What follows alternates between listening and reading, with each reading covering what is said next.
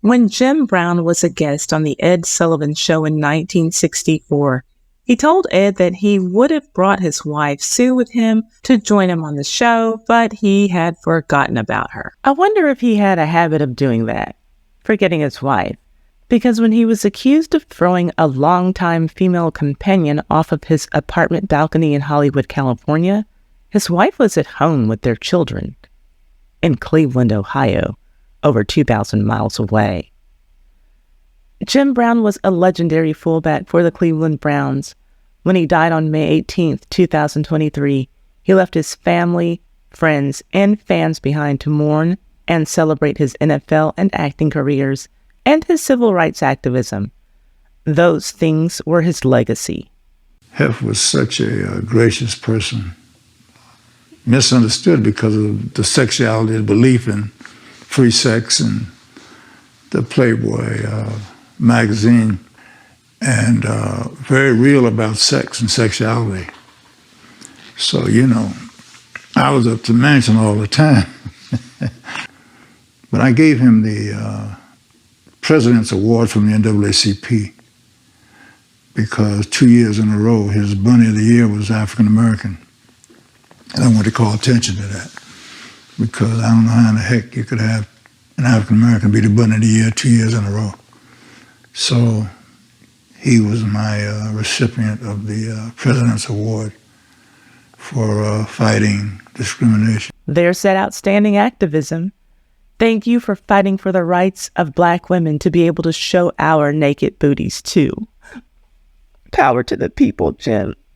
Again, these things were his legacy. But so is this, a long list of accusations of abuse of women that dates back to the 1960s. Spoiler alert, he never gets found guilty. Let's get into it. But first, if you like these videos about the most scandalous people from yesteryear who make Ty's hot mess history a time capsule for the culture, subscribe and hit the notification bell so that you can know every time that I upload one of these videos or every time that I live stream. And hit that like button to support this video. Thank you. Now, on to why you are here. In 1965, Jim Brown was accused of assault and battery against an 18-year-old named Brenda Ayers. She claimed that on June 19th of that year, he beat her at an East Side Cleveland motel. She said that he slapped her several times in her face and on her body and squeezed her arms and legs. She was treated for bruises at St. Luke's Hospital. Brown's only comment after being charged was, quote, "I am not that small that I have to beat up a girl," end quote. Brenda also accused Jim of multiple crimes of a sexual nature, but I will go into those details on Patreon as that content is not appropriate for YouTube.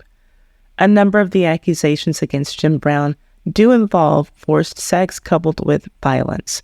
I will cover the assault and battery accusations in this video. Everything regarding his sex crime accusations, Playboy Mansion accusations, and his orgy parties, which he freely discussed, will be covered in my Patreon video.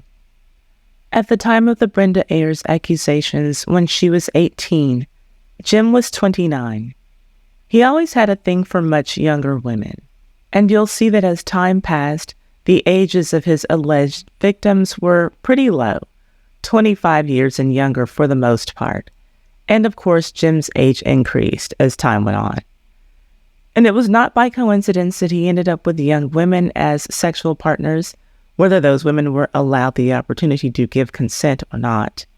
Here's what he told Out of Bounds when he was 53 years old, quote, "Physically, between a young girl and an old one, there is no contest. I don't like being told what I'm supposed to want. For instance, I prefer girls who are young. My lady right now is 19, end quote. Two more charming quotes from him regarding the ages of women he wanted to screw. "When I eat a peach, I don't want it overripe. I want that peach when it's peaking." And he told Sports Illustrated, quote, "I mess with young women. I know it's bad, but I'm bad," end quote. Well, at least he was self-aware to an extent. But back to his list of accusations. In June of 1968, There's another young woman and another set of accusations. June again. This time it was June 9th. I don't know if you caught it, but the incident with Brenda Ayers was on June 19th. That's just an observation, but you'll see that 3 women accused him of assaulting them in June. The 1968 alleged victim's name is Eva Bonchen. At the time of the incident, she was 22 and Jim Brown was 32. This time the charge was assault with intent to murder. Eva was the daughter of a Jamaican diplomat and a German woman. She was a model who was taking advantage of the fact that the flavor of the moment was black women with a little something extra in the mix. Her agents described her as looking, quote, like a Negro with an Oriental strain. Well, by the time she was wheeled out of Jim's apartment complex, she wouldn't be top priority for any modeling agency because of how badly her face was beat. He was arrested on a Sunday after his neighbors reported that they heard a loud fight in his apartment in West Hollywood. By the way, the reported assault against Brenda also happened on a Sunday. Jim thought on Sundays, and these are his words. Anyway, back to 1968 and Eva Marie. When police arrived at the scene, they found her unconscious and injured beneath his second-floor balcony. The doctors who treated Eva Marie said that she had cuts and bruises on her head, mouth, and cheeks, and a dislocated shoulder. The police officers reported finding blood stains on the wall, rug, bed, and a towel in the apartment, and a 5-inch patch of her hair was found on the floor, as well as other fragments of her hair that were found on the bed and floor. Always playing the role of the poor little black man, Jim didn't have an answer for why blood was all over his apartment, and there was a woman with a beat-up face and dislocated shoulder who appeared to have been thrown from his balcony. His only response was that the man was trying to bring him down because he was black. He said, quote, "You big white cops in your goddamn system, everything is against the Negroes. In order to get in, you're going to have to shoot me first." End quote. During the investigation of that crime scene, Jim Brown struck a second victim, one of the officers who responded to the call, John Texeria. He weighed in at 165 pounds compared to Jim's 228 pounds. When John attempted to enter the apartment, Jim, quote, knocked him 7 feet with a swing of his left arm, earning a battery against a police officer charge, which was a felony. Jim's attorney, of course, did what he was hired to do and said that Jim Brown was completely innocent and in no way injured Eva. But no one had an explanation for how she was beaten so badly or how blood happened to appear all over Jim's apartment. By the way, at this time in his life, while Jim was entertaining women in his Hollywood apartment, he was married with kids. Some sources say 2 kids. When the Sacramento Bee reported on this story on June 11, 1968, it was written that he had 3 kids who were all living with his wife in Cleveland. After she had time to heal from the incident, her modeling asking price soared because of the publicity she gained from that day. In the entertainment industry, she went from being called Eva China, the name that she was using to play up that exotic persona, to being called Jim's Girl. She didn't like being called Jim's Girl. She went on to tell Jet magazine the following year, in 1969, that she fell on her own when Jim went to open the door for the police. Even she never explained all of the blood in his apartment and the cuts on her face and her missing hair. Well, 30 years later, it seemed that Eva Marie realized that she sold her soul for chump change. Yeah, her modeling price soared for a moment. Then nobody cared about her when she got older, as is the case for most models. But when she sat down to be interviewed in Spike Lee's documentary, Jim Brown, All-American, while she pointed at the cuts that were still on her body, she angrily said, quote, "He pushed me. He slammed me. I was young, good-looking, a person who loved life. Why would I jump?" End quote. You go to certain links in this film to show that the old story about him and the woman being tossed out the second floor, I guess it was, Eva Bonchen. didn't happen the way it was assumed at the time. No, that's not true, Charlie. What we do is, number one, there are only two What's people. not true? What you just said. You're saying it No. didn't happen the way... No, here's what I'm saying. Okay. The only two people in the room were Jim Brown and Eva Bonchen. Jim has his story. It took us 4 or 5 months to track this lady down. We found her in Munich, Germany, sent a crew there, filmed her. So we cut back and forth, her version of what happened and his version. And we leave it up to the audience to decide What do you think happened? It looks bad. She says he came towards her, the next thing she knew, she was in the hospital. Jim says she was trying to help him out so the cops wouldn't, when the cops were coming in, so she was trying to climb down the balcony and fell. Come on. Doesn't look good. Doesn't look good. You think she was thrown out? It looks Come on. that way. It looks that way. Yeah. Yeah. Now, one crime that Eve was found guilty of and penalized for was connected to Eva Marie Bonchen. Crybaby, race-baiting shenanigans aside, Jim Brown would never pay for any of his crimes against women. It was his assault of the police officer who responded to Eva Marie's crime scene for which Jim would ultimately pay a whopping $300 fine after he entered a plea of no contest. The judge gave him a choice of either 60 days in jail or paying the fine. And apparently on that day, America's judicial system wasn't racist, according to the revered civil rights activist. His quote in the Portland Press was, "I'm glad this is all over. I think the judge did what he felt was right. We must have faith in our judges. Our judicial system is the greatest in the world." What a change of heart. After the incident of allegedly throwing Eva Bonchen from his second-floor balcony, Jim Brown paid a fine for injuring one of the police officers who was called to the scene. He paid that fine in 1969. Then, 2 years later, in 1971, he was charged with battering 2 women who chose to not testify against him.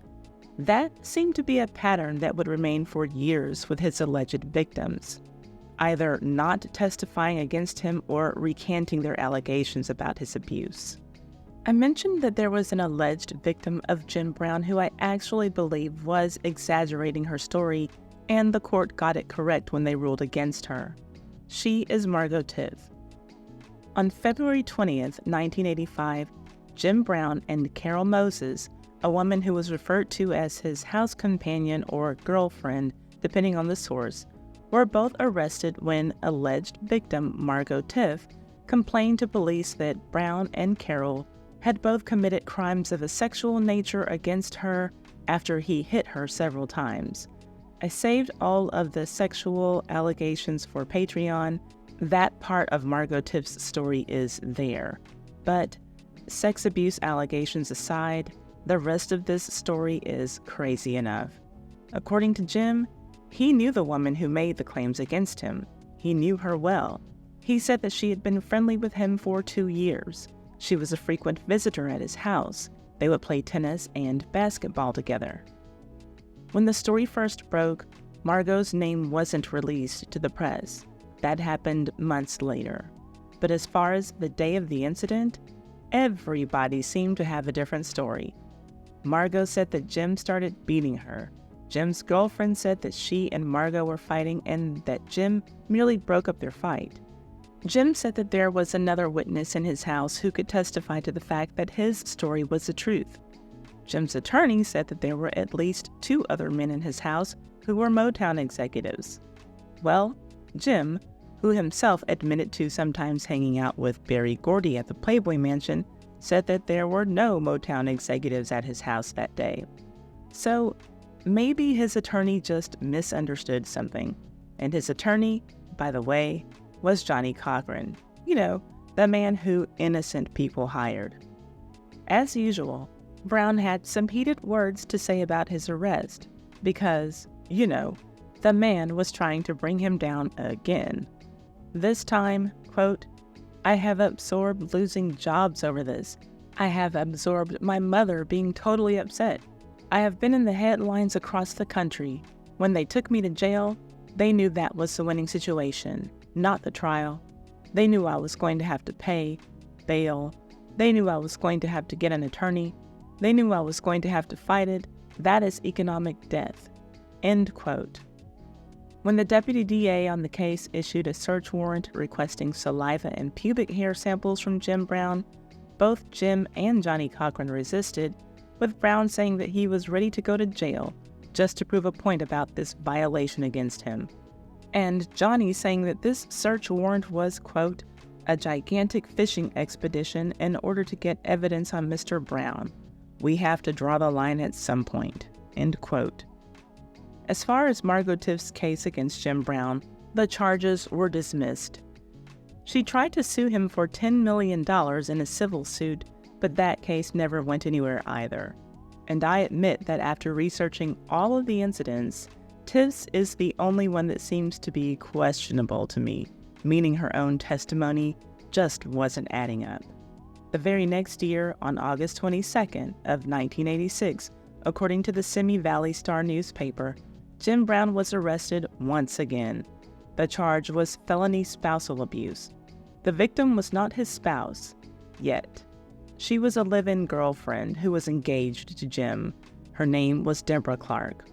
And no surprises, she fit the bill for him. His alleged victims were almost always in their late teens to early 20s. Even though he was 50 at this time, she was 22 years old, slender and petite, standing 5 feet 5 inches tall. Deborah Clark had locked herself in a room and called the police after a fight with Jim at 4:40 in the morning. The sergeant who responded, John Zavrowski, said that Deborah bore the signs of a beating. This is how he described the disturbing situation. Quote, "After disarming her, officers discovered she was alleging Brown had beaten her after an argument and that there was another woman in the location who was also being beaten." End quote. The article went on to state that Jim's 4-year-old daughter was in the house, along with a housekeeper and another woman who was said to be Deborah's friend. And that friend, like so many other women in Jim's long line of accusers, refused to give the police a statement. So it looks like Brown had another 2-for-1 deal, like was mentioned earlier in the 1971 charge of assaulting 2 women. This story also mentions another instance of Jim abusing 2 at the same time, but it specifically says that, quote, in 1965, he was accused of beating and sexually molesting 2 teenage girls. One of the teenagers later dropped charges, and Brown was found innocent of charges filed by the other girl, end quote. Now, I mentioned Brenda Ayers as the first alleged victim of Jim's that I was able to see on record. If there was a second girl at that time, I admit that I missed it. But back to his fiancée, Deborah. Jim was taken into police custody about 45 minutes after she placed the emergency call. 3 hours later, he was released on bail for $5,000. 3 hours. She had a scratch on her face, a bruise on her arm, and a cracked rib. And no surprises, a few days after calling the police on Jim Brown, she joined the ranks of his other accusers who chose to not press charges against him. In 1999, Jim was back to acting up in the month of June, this time with his second wife. Her name is Monique Brown, and she remained his wife until he died. Monique filed a complaint that had Jim facing charges of spousal abuse after it was reported that he had attacked her on at least 2 occasions and threatened to kill her. At the time, she was 25 and he was 63. She had told police that her marriage had a history of violence, yet the charges on this occasion, breaking her car window and making terrorist threats, were only misdemeanors. Reportedly, their fight on June 15th ended with her in tears at a neighbor's house calling 911. She told the police that Jim had a gun in the house and she wanted to get her belongings and get out. She said he told her, quote, "I'm going to kill you by snapping your neck," end quote. She also told police that on previous occasions, her husband had choked her and given her a black eye. But, long story short, when she got to the courtroom, she recanted, like almost everyone before her had done. I should make this point. Originally, Jim Brown was going to be with us. Yes. He can't be with us because Right. he's In the Huskow. in the Huskow Ventura County Jail, I think it is. jail. Right. Yeah, he's serving 6 months. Right. Because he refused to undergo counseling. And He refused to what? pick up garbage on the highway. Make good work or something. Well, the judge felt that the best way to utilize Jim Brown's resources is to pick up garbage on the highway. And Jim is a very proud person, and he felt to be dehumanizing to do that. So he said, I'm not doing that, and I'd rather Take the time. so he's taking 6 months. That doesn't surprise you at all, does it? It does not. It's consistent with his character. The reason why he's in jail, which we have the end of the film, his new wife, Monique, they had a fight, Yeah. and he took a shovel to her car and broke the windshield. Now, why would he do that? He was mad. And in the irony of all ironies, Jim Brown just wanted O.J. Simpson to come clean and admit what he had done. In the same interview that he called out Martin Luther King for screwing around with a lot of women, just like he enjoyed doing, this is what he said regarding O.J. Simpson and the murder charge for killing his wife. Quote, O.J., for once in your life, be a man and admit what you did. End quote. Well, if that isn't the kettle calling the pot black, I don't know what is. My thoughts on Jim Brown are the same as my thoughts on his fellow Playboy Mansion visitor, Bill Cosby. Those are a lot of alleged victims. While I think that it's unlikely that all of them are telling the truth, I also think that it is highly unlikely that all of them are lying. Here's what former All-American football player Don McPherson had to say about Jim Brown, aka the Black Superman. Quote, the Superman myth is a form of protection. It's protection from having to be examined. One of the ways that power maintains itself is to not be examined. With Jim Brown, his whole thing doesn't get examined. His problems, instances of violence against women, all of that doesn't get examined because at the end of the day, Jim Brown's still a bad motherfucker. End quote. I am very thankful to know that there are men who exist who will call out those bad motherfuckers because some of those motherfuckers are bad in the absolute worst way. The most fascinating part of this entire story, in my opinion, is that every woman felt threatened enough to call the police, yet almost every woman either recanted her story or refused to press charges. Do you think that Jim Brown paid them for their silence, or that he threatened them with further violence or possibly death? Or do you have another opinion on why they didn't follow through? Let me know in the comments section. Jim Brown would not be the only black man who talked a lot of pro-black poppycock whilst at the same time victimizing young black women. So did another revered political black activist, Eldridge Cleaver.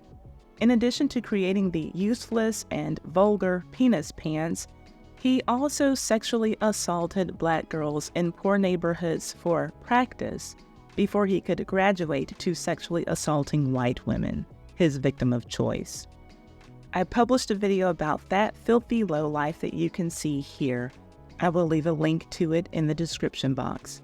And if you're watching this video in July of 2023, Part 2 of the sexual accusations against Jim Brown will be on my Patreon at the end of this month. My sources for this story are the San Francisco Examiner Archives 1965, the Journal Herald Archives 1965, the Sacramento Bee Archives 1968, Jet Magazine Archives 1968 and 1969, Anderson Herald Archives 1968, Portland Press Herald Archives 1969, Manufacturing Intellect here on YouTube, The Ed Sullivan Show, Late Night with David Letterman, The Los Angeles Times Archives 1985, Simi Valley Star Archives 1986, The Long Hard Run in Sports Illustrated Archives 1994, Jim Brown's Legacy Clouded by Allegations of Domestic Violence by John H. Tucker, and Toxic, Jim Brown, Manhood and Violence Against Women by Dave Zirin. This video has been brought to you by me. Well, my Patreon is a sponsor for this video. If you like these dirty scandals on my channel, then you'll love my Patreon, Ty's Too Hot Hot Mess History. It has all of the stuff that I can't talk about or show here because it's just too hot, too violent, too sexual, too graphic, too much. Come and join us there for the hot Mess History. The link is in the description box.